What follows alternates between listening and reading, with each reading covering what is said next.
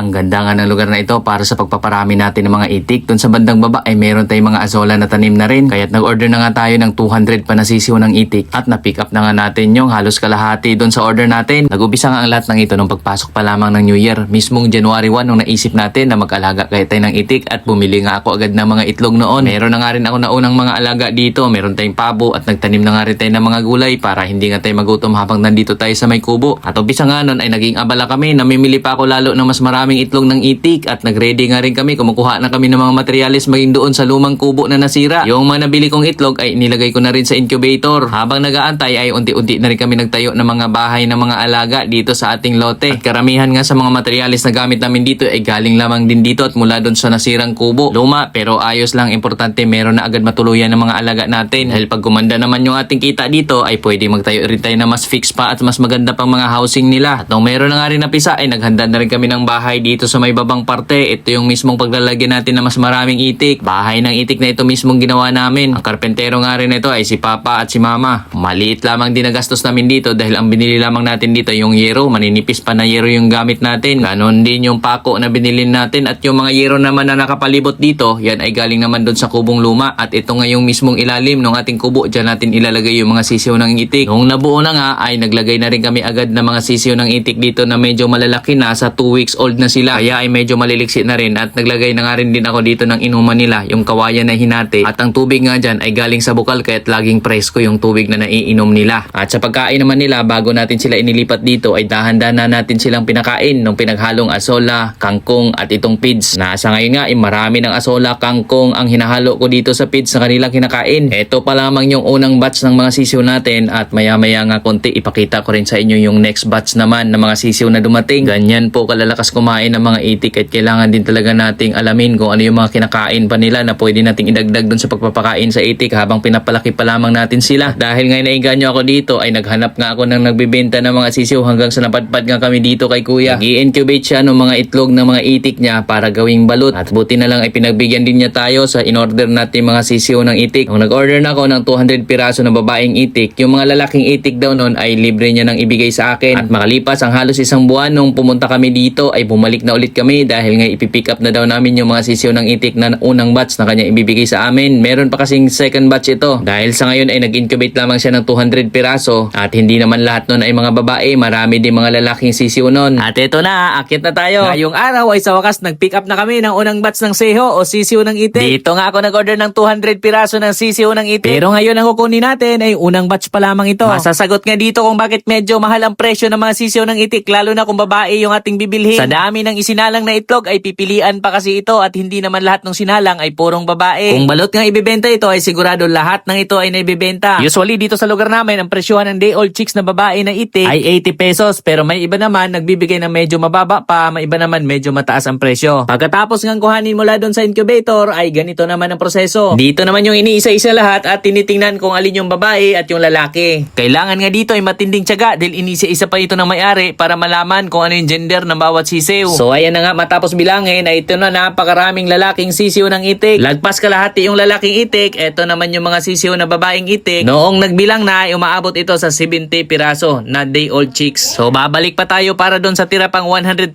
piraso na babaeng sisiw ng itik. At dahil ayaw naman ni Sir na alagaan yung mga sisiw na lalaking itik ay pinamimigay niya lamang din ito sa amin. At yung medyo mahinang sisiw ay ginawa niya rin freebies. At yun po yung dahilan kaya't medyo pricey po yung mga babaeng sisiw ng itik. Nasa katulad nito higit sa kalahati yung lalaki. At ang usapan nga rin dito ay free na yung lalaki na ibibigay sa atin which is ang dapat na ratio 1:10 o isang lalaki doon sa 10 babaeng itik. So free na yon. Pero dito ay sabi nga ni Sir ay wala siya pagagamitan doon sa lalaking itik kaya't sinama niya na lahat sa akin yung mga lalaking itik at yun na may palalakihin din natin. Dahil medyo malapit lamang din naman ito sa amin ay dinala na namin agad dito sa aming kubo. At inihanda ko na rin naman itong lagayan ng mga sisiw ng itik. Kamakailan lang ay nilinis ko na ito, tinanggal ko na dito yung mga sisiw ng pabo, pinapakawalan ko na rin. At bukod nga dito ay meron pa akong inihandang isa pang lagayan nito pero sa ngayon dahil 70 piraso pa lamang din naman itong mga babaeng itik, pinagsama-sama ko muna dito lahat at obserbahan din natin kung hindi ba sila masisikipan dito sa ating kulungan. At nilagyan ko na nga rin sila ng pitch matapos nga may pwesto yung mga babaeng itik. Itong mga lalaking itik naman ang ating ilalagay dito sa may ibang lagayan naman. Papalakihin ko sila magkahiwalay at base nga rin sa advice ni Sir ay mas maganda daw na magkahiwalay para alam ko kung ilang piraso yung ilalagay ko kasi pagka magkasama lang sila naglalagay ako nung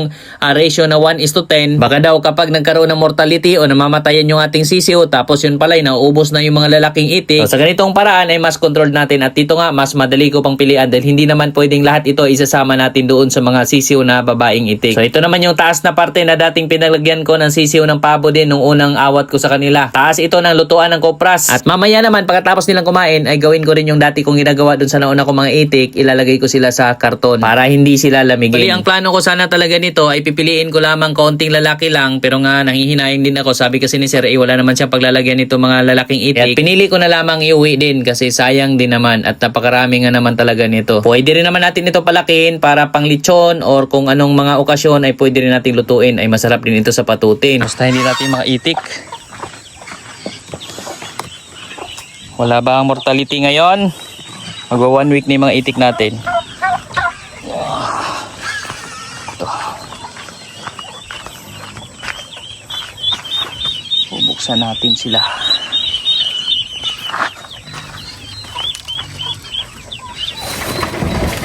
Hello?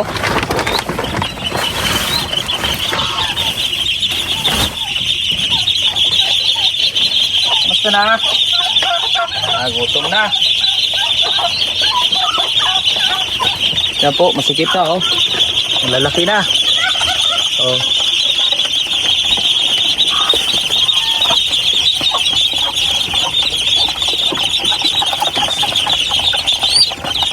So, dalawang room naman to. Linis ah, kinain niyo ito pati ipot nyo ah.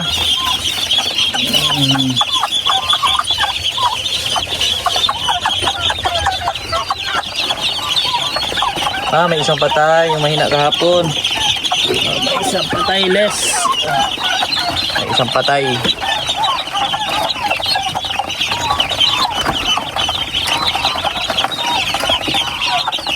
Lagyan na natin silang tubig. Ito, puro babaeng itik pa lamang to. Yung mga lalaki nakahiwalay. Hiniwalay natin ang lagay.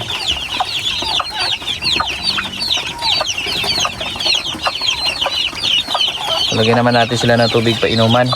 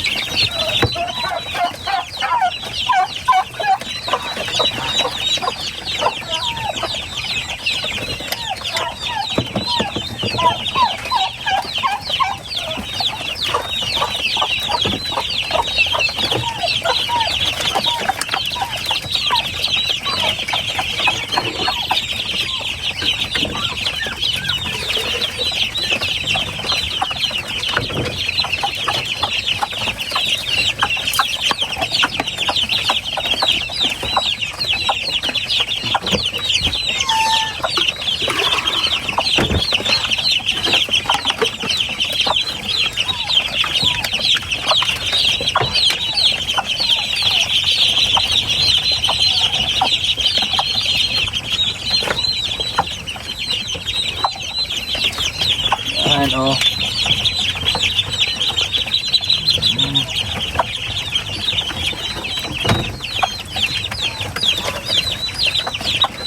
Okay. Ayan yung mga babaeng itik. Nasa 68 sila ngayon. Kasi nababawasan ng isa. 70 sana ito. So nabawasan ng dalawa. Actually 70 plus to kasi may free din yung ano nito nagpadala. So ngayon 68 piraso. Yan, punong-puno na sila dito. Kaya hinati natin. Naglalagay dito yung pakain sa kabila. Ilalim yung mga sayang nilang page, kinakain naman ng manok dun sa ilalim. Ayos oh. Bilis lumaki. isa ang naging mortality ngayon, yung mahina kahapon yan. Tapos yung iba nating sisiw nandun naman sa ibabaw. So yun naman, dalhan din natin ang pakain. Mag-ready lang tayo ng tubig din doon.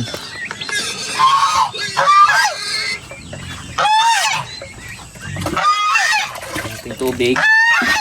Ayan nating vitamin. So, tayo B. Liquid na vitamins yung hinahalo natin.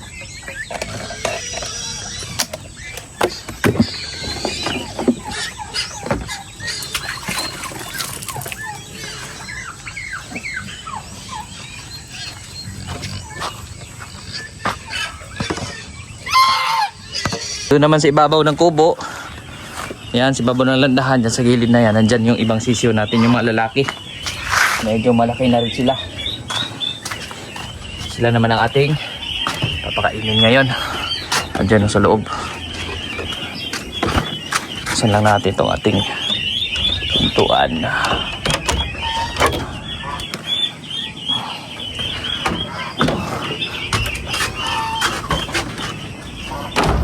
Ito yung dating lutuan ng kupras. Eh wala namang kukuprasin ah. So nagagamit din natin bahayan ng alaga.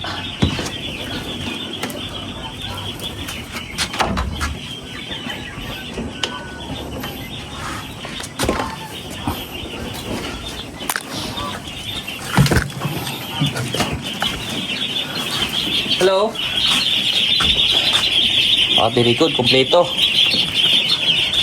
Kompleto sila. Nabawasan pa yung kabila, pero dito hindi.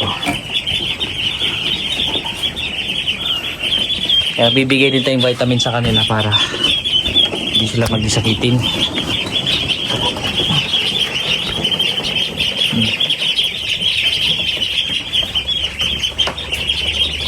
Tara.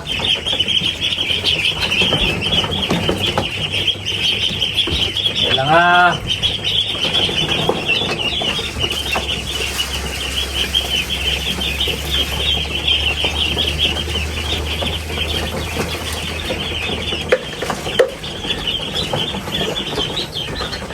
Tubig. May nang buhat tubigan, oh. Lilisin.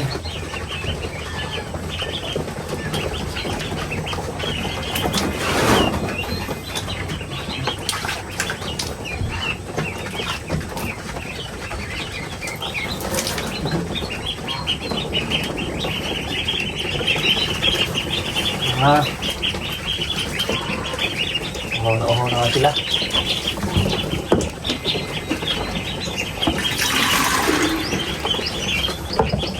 Lang.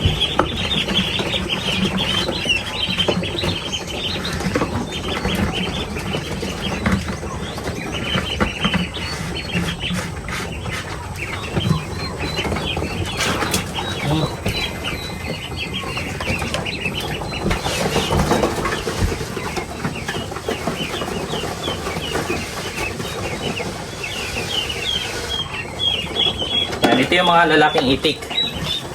Binigay lang itong libre. Ayan. So yan namang ibang space dyan. Pagkuhan, ililipat na natin sila dyan.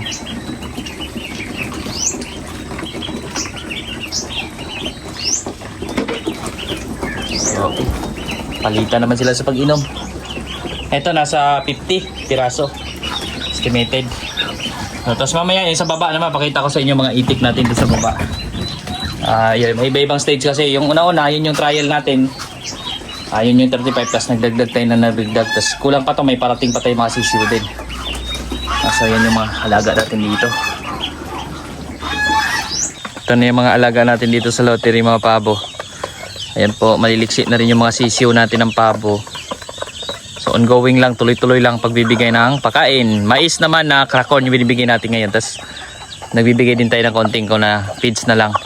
At saka yung mga sobra-sobra ng mga sisiw ng itik, yung mga kinakain nila, yung laglag, kinakain din ito. Yung mga pabo na sa silong. So ayan po yung mga update natin dito sa pabo.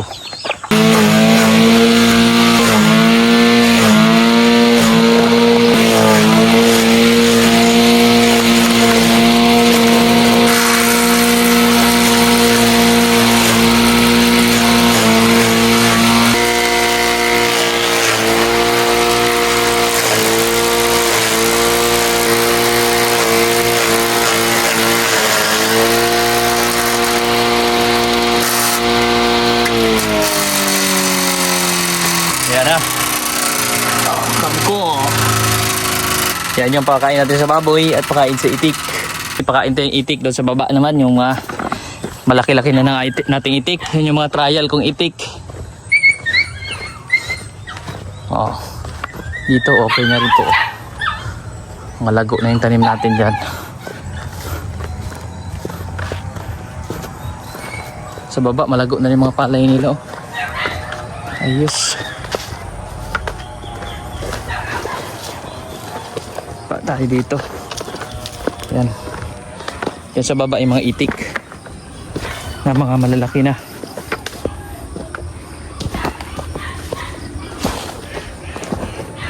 Yan. Narinig ko na sila.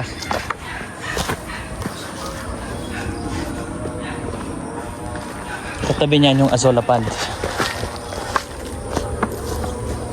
Ganda ng view dito. Sarap magtayo ng kubo dito. Oh. Isang view mo ganyan. Palayan, tapos bundok. Yan, mga bundok yung katapat. Itong binabaan natin, pabundok din siya. Pero yung kalsada nito nasa ibabaw. Kasi yun yung patag sa ibabaw. Ito pababang part.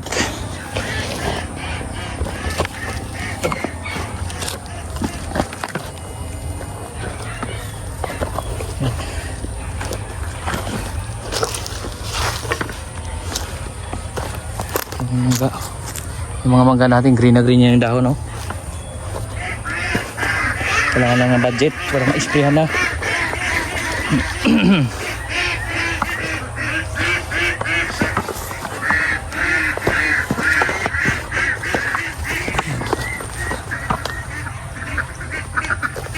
Hello. Gutom na daw ang mga itik.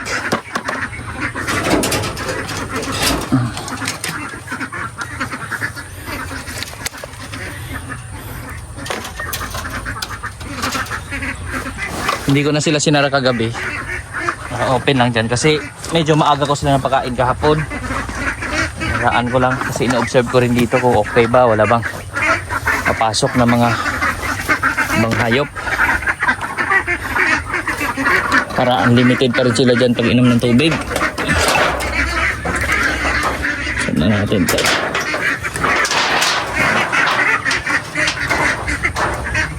Marikan.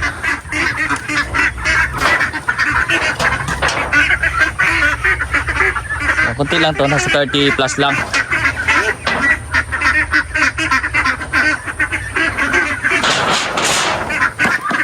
Kaya kunti lang sila dyan. Hello. Ready lang natin ang kanilang pagkain. Haluan ko pa kasi ito kang Azolla.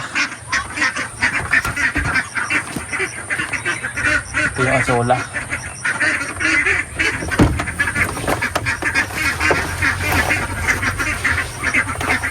Ngayong hapon naman, manguha na ulit ako ng Azolla.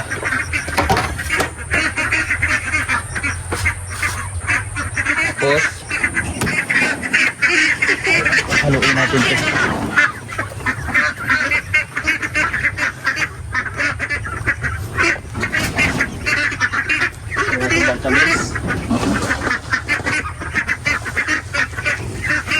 Ito yung halo natin vitamins. Multi-AA.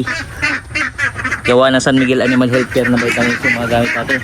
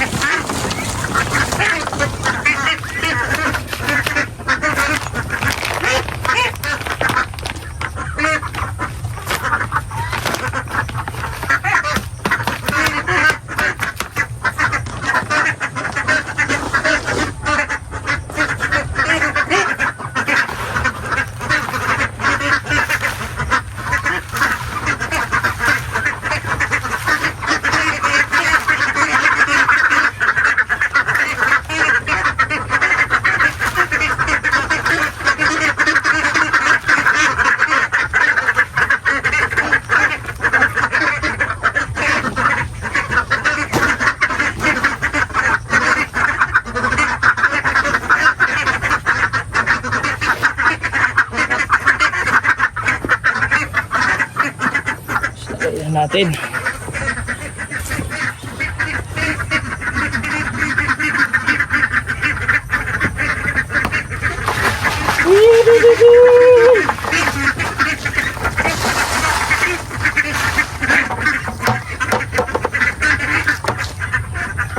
konti lang sila. Yan yung dami ng pinapakain natin sa kanila.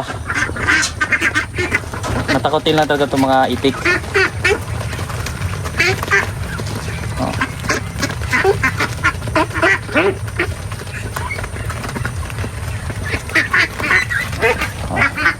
Labas lang ako para makapokus na sila. Sobrang matakot ito.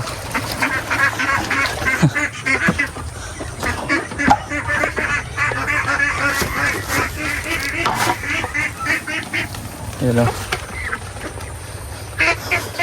Yan na po sila kalalaki ngayon. Yan yung mga galing sa incubator dati. Nag-incubate ako. Konti lang na pisa. Pero sulit naman kasi ayan naman oh. Lumaki sila lahat. Hindi ko pa alam dyan kung saan yung babae at lalaki. Baka next month malalaman na natin. Kasi may mga ilan-ilan na dyan nalalaman na natin. Kasi yung buntot nila paikot. Pag lalaki yung paikot yung buntot. Yan o, lalaki yan o. Yan yung buntot. Umiikot yung sa likod. Yung pinakabuntot niya may paikot. So lalaki yun. So may iba dyan. Hindi ko nga alam kung baka maraming babae din ito. O hindi pa lumabas yung iba. Ayos. So ayan po. At dito sa kabila, yan yung kinukuhanan ko ng azola. Tapos kangkong, doon sa unahan. May mga kangkungan natin. Hanggang doon sa likod, may mga kangkungan din dyan. So ayan po itong ating update ngayon dito sa mga alaga nating itik. At muli po, maraming salamat po.